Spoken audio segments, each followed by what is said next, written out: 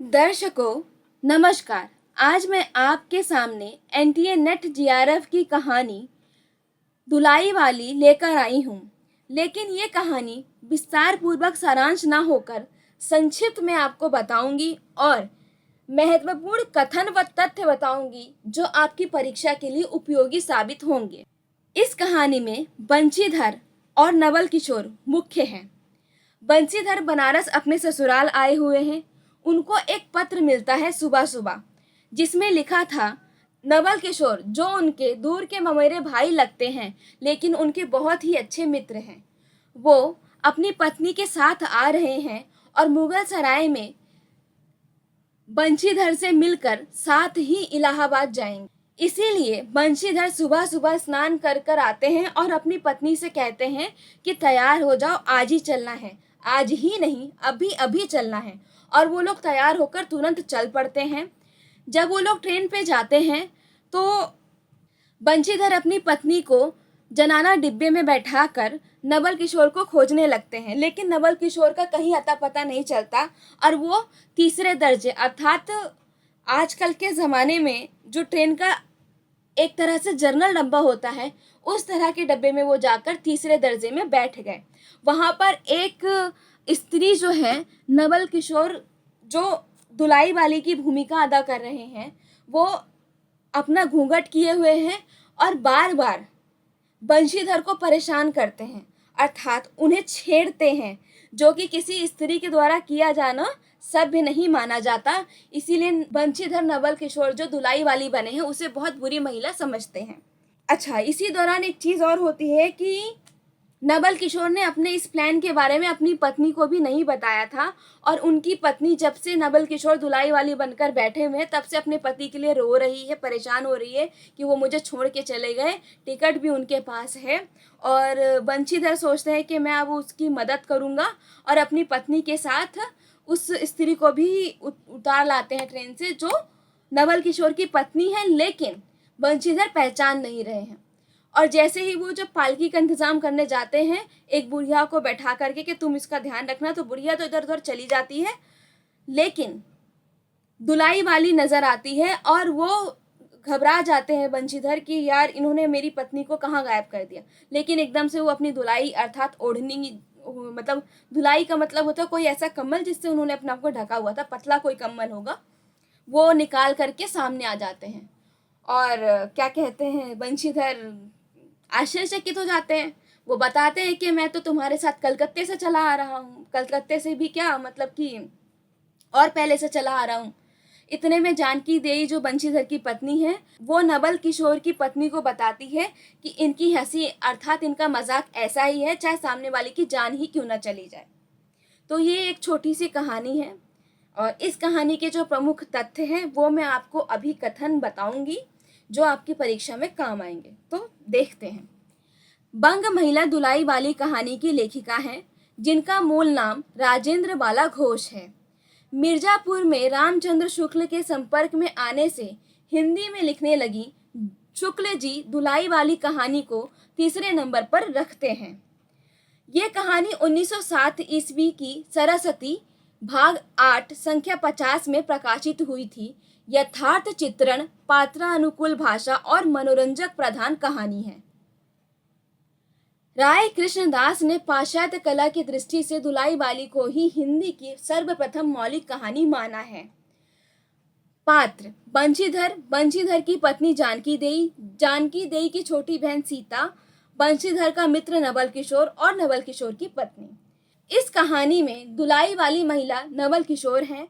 नवल किशोर स्वदेशी के समर्थक थे। कहानी की शुरुआत काशी जी के दशमेध घाट से हुई है।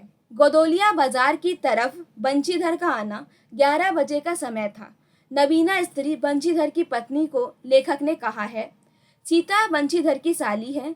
नवल किशोर कलकत्ते से आ रहे हैं, आगरे से अपनी पत्नी को साथ ला रहे थे।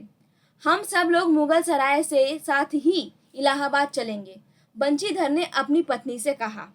नवल किशोर की हंसी अर्थात मजाक बंशीधर की पत्नी को अच्छा नहीं लगता। जानकी देई की आंखें भर आई और आषाढ़ सावन अर्थात वो बहुत ज्यादा रोने लगी। आषाढ़ सावन की ऐसी झड़ी लग गई थी। बंशीधर इलाहाबाद के रहने वाले हैं, बनारस में उनका ससुराल है। नवल किशोर दूर के नाते में बंशीधर के ममेरे भाई हैं। दोनों इतने अच्छे दोस्त हैं कि लेखिका उनके लिए कहती है, दोनों एक जान दो कालिब हैं। सीता के बाप के ना रहने से काम बिगड़ गया है। पैसे वालों के यहाँ नौकर चाकरों की सिवा और भी दो चार खुशामदी घेरे रहते हैं, छूछे को कौन पूछे। बंशीधर विचारने लगे, इक्के की सवारी तो भले घर की स्त्रियों के बैठने लायक नहीं होती, क्योंकि इतने ऊंचे पर चढ़ना पड़ता है, दूसरे पराये पुरुष के संग एक साथ बैठना भी पड़ता है। पालकी गाड़ी वाले ने 1.5 रुपया किराया मांगा, पर इस अस्थिर संसार में स्थिरता कहाँ, यहाँ कुछ भी स्थिर नहीं है। सिकरोल के स्टेशन का जिक्र है। दोनों चुपचाप चले जा रहे थे कि अचानक बंशीधर की नजर अपनी धोती पर पड़ी और अरे, एक बात तो हम भूल ही गए कहकर पछता उठे। इक्के वाले के कान बचाकर जानकी जी ने पूछा, क्या हुआ, क्या कोई जरूरी चीज भूल आए? बंशीधर ने कहा, एक देसी धोती पहनकर आना था। नवल कट्टर स्वदेशी हुए हैं ना, नाहक विलायती चीजें मोल लेकर क्यों रुपए की बर्बादी की जाए। देसी लेने से भी दाम लगेगा सही, पर रहेगा तो अपने ही देश में ना। बंशीधर राजघाट पार करके मुगल सराय पहुंचे। रेल देवी शब्द का प्रयोग ट्रेन के लिए किया गया। जानकी को जनानी गाड़ी अर्थात जनानी डिब्बे में बिठाया। बंशीधर का टिकट 1.5 का था, लेकिन भीड़ होने के कारण वो तीसरे दर्जे में बैठा था। गाड़ी मिर्जापुर पहुंची। खोचे वाले से ताजी पूड़ियां और मिठाई खरीद कर बंशीधर ने खाई। तीसरे दर्जे में अगर अधिक सभ्य कोई थे तो वो बंशीधर ही थे। स्त्री सिर से पैर तक ओढ़ कर बैठी थी, अर्थात इस कहानी में पर्दा प्रथा का भी जिक्र किया गया है। एक स्त्री अस्पष्ट स्वर से रोने लगी। वहां 3-4 पौढ़ा ग्रामीण स्त्रियां भी थी। दर्शकों, ये एक स्त्री जिसका जिक्र है, ये नवल किशोर की पत्नी ही है। ये इसलिए रो रही हैं, इन्हें लगता है कि इनके पति इन्हें छोड़कर चले गए या कहीं छूट गए हैं, खो गए हैं, इसलिए ये रो रही हैं। लेकिन बंशीधर को अभी नहीं पता कि ये नवल किशोर की पत्नी है और वो इनकी मदद करने का प्रयास करते हैं, जैसा कि मैंने आपको शुरुआत में बताया है। अरे, एक के एक करत ना बाय तो दुनिया चलत कैसे बाय। ये क्या बात है, देखने में तो ये भले घर की मालूम होती है, पर आचरण इसका अच्छा नहीं। बंशीधर नवल किशोर के लिए बोलता है, अर्थात यहाँ पे नवल किशोर जो धुलाई वाली बने हैं वो बंशीधर को छेड़ने का प्रयास करते हैं। बिना टिक्कस के आबद होए तो ओकर का सजा होला।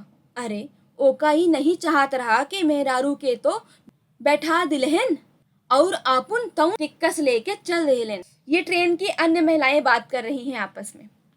बंशीधर इलाहाबाद में उतरे। एक बुढ़िया को भी वहीं उतरना था।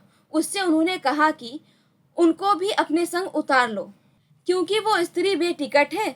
बंशीधर ये नवल किशोर की पत्नी के लिए कह रहे थे। आज कैसी बुरी साइत में घर से निकले कि एक के बाद दूसरी आफत में फंसते ही आ रहे हैं। बंशीधर सोच रहे हैं, दुलाई वाली को आते देखा, तू ही उन स्त्रियों को कहीं ले गई है।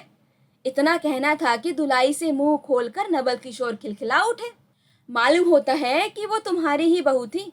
अच्छा, तो वे गई कहाँ? वे लोग तो पालकी गाड़ी में बैठी है, तुम भी चलो। मिर्जापुर नहीं, मैं तो कलकत्ते से बल्कि मुगल सराय से तुम्हारे साथ चला आ रहा हूँ। यहाँ पर बंशीधर नवल किशोर से कहते हैं कि तुमने बिना टिकट के अपनी पत्नी को वहां पे छोड़ दिया। अगर टीटी आ जाता तो मैं क्या करता या वो क्या करती, तुमने सोचा नहीं? तो उत्तर में नवल किशोर कहते हैं, 4 हाथ की दुलाई की बिसात ही कितनी है। अर्थात अगर ऐसा होता तो तुरंत वो अपना घूंघट उठाते और टिकट दे देते। यहाँ पे जानकी देई नवल किशोर की पत्नी से कह रही हैं, अरे तुम क्या जानो, इन लोगों की हंसी ऐसी ही होती है। हंसी में किसी के प्राण भी निकल जाएं तो भी इन्हें दया ना आवे। और अंतिम कथन ये है, इससे पहले लेखिका ने कहा है कि दोनों अपनी अपनी बहुओं को लेकर घर पहुंचे और ये राम कहानी लिखने से छुट्टी मिली। और यहाँ पर कहानी समाप्त हो जाती है। तो दर्शकों, इस कहानी से आपने क्या समझा, जाना, वो मुझे कमेंट करके ज़रूर बताएं। इस वीडियो में क्या कमी रह गई है वो भी मुझे बताएं, ताकि अगली वीडियो में उसका सुधार किया जा सके। तब तक के लिए इंतज़ार कीजिए। धन्यवाद।